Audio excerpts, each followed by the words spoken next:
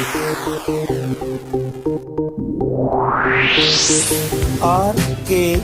स्वागत है दोस्तों आपका एक बार फिर से हमारे YouTube चैनल RKB कैंफी वीडियोस में। कक्षा 12 की इलेक्ट्रोकेमिस्ट्री की वीडियो में जो आपको पिछली वीडियो हमने प्रस्तुत की थी, उसमें हमने आपको विभिन्न प्रकार की चालकताओं के बारे में जानकारी दी थी, जैसे कि आपकी विशिष्ट चालकता, तुल्यांकी चालकता और मोलर चालकता। इन सभी चालकताओं की परिभाषा तो हमने आपको पिछली वीडियो में बता दी है। अब आज की वीडियो में हम लेकर चलते हैं कि किसी भी विद्युत अपघट्य या आयनिक पदार्थ की चालकता का निर्धारण किस प्रकार से होता है, तो वो आप लोग लेकर चलेंगे। अगला टॉपिक, चालकता का निर्धारण या चालकता का मापन। आप चालकता को किस प्रकार से माप सकते हैं? देखिए, किसी भी जो पदार्थ होता है उसकी चालकता सदैव प्रतिरोध के व्युत्क्रमानुपाती होती है, उसकी व्युत्क्रम होती है, उल्टी होती है। यानी अगर हमें किसी चालक का प्रतिरोध ज्ञात हो जाए तो हम उसकी चालकता का निर्धारण कर सकते हैं। और प्रतिरोध R इक्वल टू होता है rho into L upon A. पिछली वीडियो में भी आपको 1 upon R equal to 1 upon rho into A upon L के रूप में एक फॉर्मूला बताया गया था। ये आपका C होता है, ये होता है kappa into A upon L. तो कापा का फॉर्मूला था L अपॉन ए इंटू सी।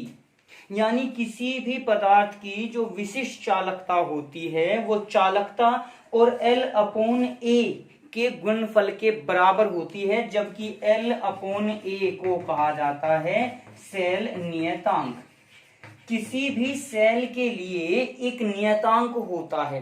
सेल में 2 इलेक्ट्रोड होते हैं, उन दोनों इलेक्ट्रोडों का जो डूबा हुआ विद्युत अपघट्य में डूबा हुआ भाग है वो तो होता है A, और उनके बीच की जो लंबाई होती है, जो दूरी होती है, वो होता है L। जैसे कि अगर हम यहाँ पर इस प्रकार से 2 इलेक्ट्रोड ले लें एक विद्युत अपघट्य के अंदर, यहाँ पर ये तार से लटका दिए गए, तो ये तो हुआ आपका A का मान, और इनके बीच की जो दूरी होती है वो कहलाती है L के बराबर। तो किसी भी चालक की विद्युत अपघट्य की चालकता ज्ञात करने के लिए हमें सबसे पहले सेल नियतांक का मान ज्ञात होना चाहिए। अब जो सेल नियतांक का मान होता है वो हम किस तरीके से ज्ञात करते हैं? सेल नियतांक ज्ञात करने के लिए हम सबसे पहले एक विशेष सेल, चालकता सेल का निर्माण करते हैं। चालकता सेल या कंडक्टिविटी सेल किसे कहते हैं? किसी भी विद्युत अपघट्य की चालकता या प्रतिरोध ज्ञात करने के लिए बनाया गया सेल चालकता सेल कहलाता है। इसके द्वारा हम प्रतिरोध ज्ञात करते हैं, और प्रतिरोध ज्ञात करने के पश्चात हम उसकी चालकता का भी निर्धारण कर सकते हैं। इसी प्रकार से अब यहाँ अगर हम इस सेल की चालकता या प्रतिरोध ज्ञात करेंगे, पहले प्रतिरोध ज्ञात करना होता है। तो प्रतिरोध ज्ञात करने के लिए आप व्हीटस्टोन सेतु सिद्धांत का प्रयोग करेंगे, जो कि आप लोगों ने फिजिक्स में पढ़ा होगा।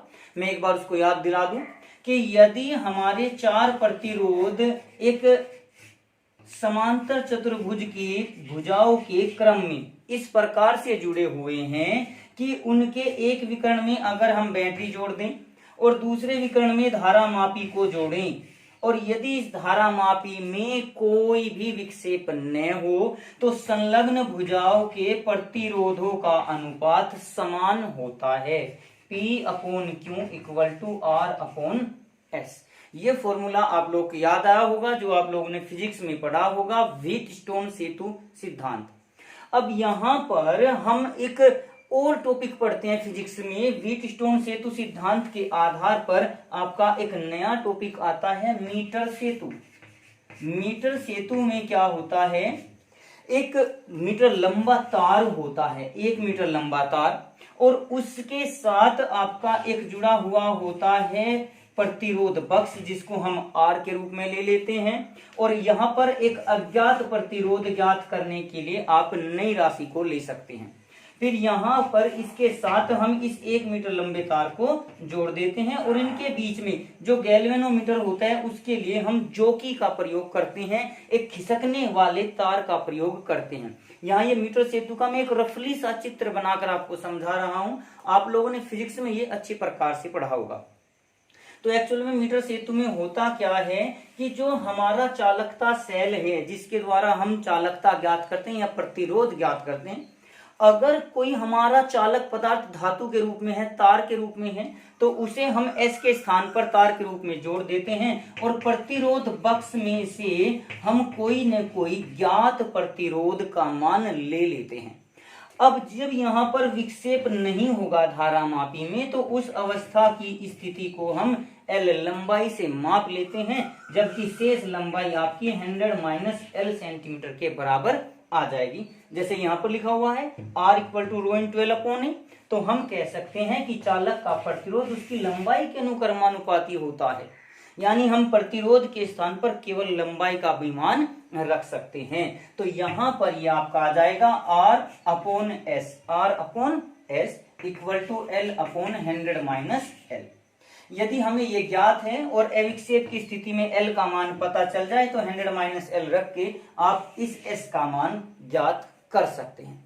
ये तो मैंने आपको थोड़ा सा फिजिक्स का समझाया। अब यहाँ पर हम इस चालकता सेल को किस प्रकार से प्रयोग करेंगे, चालकता का निर्धारण किस प्रकार से किया जाता है, अब उसके बारे में थोड़ा आप किस प्रकार से अपनी कॉपी में लिखेंगे, मैं आपको उसके बारे में जानकारी दे दूं। आप अपनी कॉपी में वीडियो को पॉज कर करके इस सेंटेंस को लिख सकते हैं। सबसे पहले चालकता सेल किसे कहते हैं? वह सेल जिसके द्वारा किसी विद्युत अपघट्य का प्रतिरोध एवं चालकता का निर्धारण किया जा सकता है, चालकता सेल कहलाता है।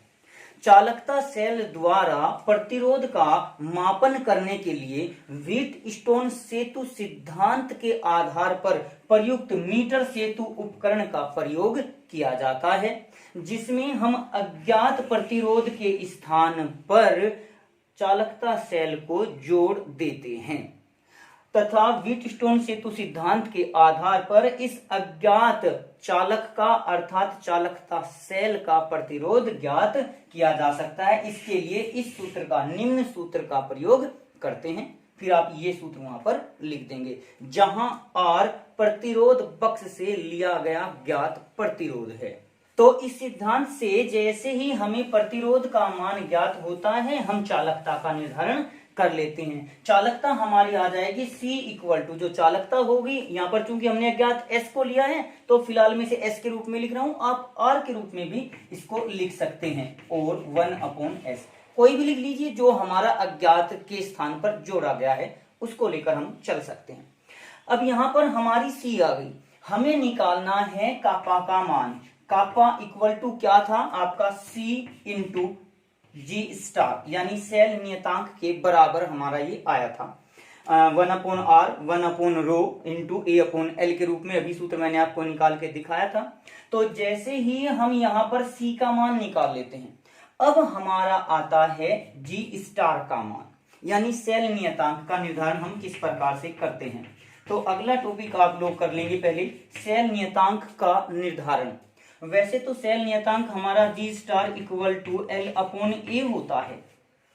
अगर हमारा कोई तार है, जैसे ये चौक है, इसका ये पृष्ठ क्षेत्रफल A हमारा नियत है और इसकी लंबाई भी A नियत है, लेकिन जब हम एक विलयन के अंदर दो इलेक्ट्रोडों को लटका रहे हैं, तो विलयन अगर थोड़ा सा भी हिल जाता है तो हिलने से इनके बीच की दूरी परिवर्तित हो सकती है, और यहाँ पर जो विलयन भरा हुआ है उस विलयन के हिलने पर इसके डूबे हुए भाग का क्षेत्रफल कम या ज्यादा भी हो सकता है।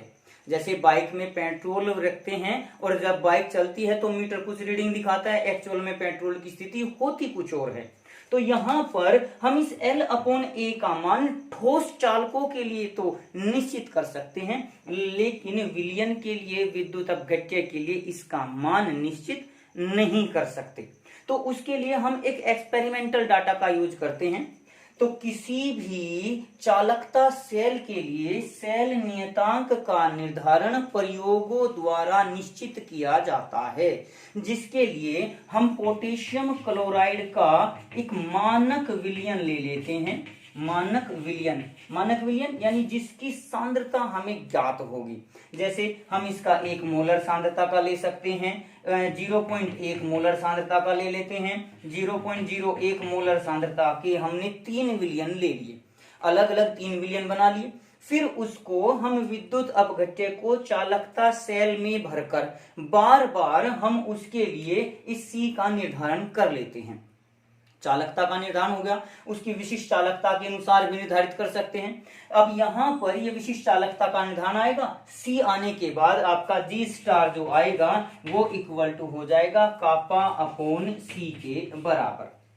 तो यहां लिखेंगे आप किस प्रकार से कि KCl के मानक विलयन को विभिन्न सांद्रताओं के आधार तथा निश्चित ताप यानी स्थिर तापक्रम पर लेकर विभिन्न प्रयोग दोहराए जाते हैं, जिसके आधार पर हम विशिष्ट चालकता KCl विलयन की विशिष्ट चालकता के विभिन्न मानों को निश्चित करते हैं, जिनका औसत विशिष्ट चालकता ली जा सकती है तथा G स्टार यानी सेल नियतांक को इस सूत्र के द्वारा ज्ञात किया जा सकता है। ये मानक विलयन KCl का ही लिया जाएगा, बाकी फिर अन्य विलयन जैसे विद्युत अपघट्य हम CH3COOH को ले लें, एक दुर्बल विद्युत अपघट्य है H2SO4 को ले लें, उनके द्वारा फिर हम एक अन्य चालकता का निर्धारण कर सकते हैं। तो इस प्रकार से हम किसी भी चालकता सेल के लिए उसके सेल नियतांक और चालकता का निर्धारण कर सकते हैं। यहां पर अब जैसे ही चालकता का निर्धारण हो गया, विशिष्ट चालकता का कापा का निर्धारण हो गया, तो कापा के बाद फिर हम लैम्डा इक्विवेलेंट और लैम्डा मोलर दोनों सांद्रताओं का यानी तुल्यांकी चालकता मोलर चालकता का निर्धारण कर सकते हैं, क्योंकि फॉर्मूला आपका क्या था 1000 इंटू कापा अपॉन नॉर्मेलिटी, तो तुल्यांकी चालकता के लिए, और अपॉन में अगर मोलरिटी ले लेंगे तो वो आपका मोलर चालकता के लिए लिया गया था, क्योंकि इन दोनों का मान कापा इंटू वॉल्यूम के बराबर होता है। एक क्वेश्चन मैं आपको आज यहाँ पर इस वीडियो में दे रहा हूं, उसका जवाब मैं आपको अगली वीडियो में दूंगा, लेकिन अगर आपको मालूम है तो आप कमेंट बॉक्स में जरूर लिख दें। पिछली वीडियो में भी हमने इसके बारे में हल्की सी आपको जानकारी दी थी, पूर्ण विस्तार से जानकारी नहीं दी थी। तुल्यांकी चालकता और मोलर चालकता, इन दोनों चालकताओं में से कौन सी चालकता उत्तम होती है और क्यों? क्यों का जवाब जरूर आपको देना है कि किसी भी क्वेश्चन में जब तक हमें रीजन का कारण का पता नहीं रहेगा, हम रट्टा मार सकते हैं। दो ही ऑप्शन है हमारे 50-50, वही 7 करोड़ का सवाल कि तुल्यांकी चालकता या मोलर चालकता में से कौन सी अधिक अच्छी है, तो 50-50% चांस है आपके। कुछ का तुल्यांकी चालकता आंसर हो सकता है, कुछ का मोलर चालकता, लेकिन जीतता कौन है? जो कारण जानता है, जो ये जानता है कि उनमें से ऐसा क्यों है। तो इस क्वेश्चन का जवाब आप कमेंट बॉक्स में जरूर करें, अदरवाइज इसका आंसर जानने के लिए आप हमारी अगली वीडियो को जरूर देखें, तभी आपको इसका आंसर पता चलेगा।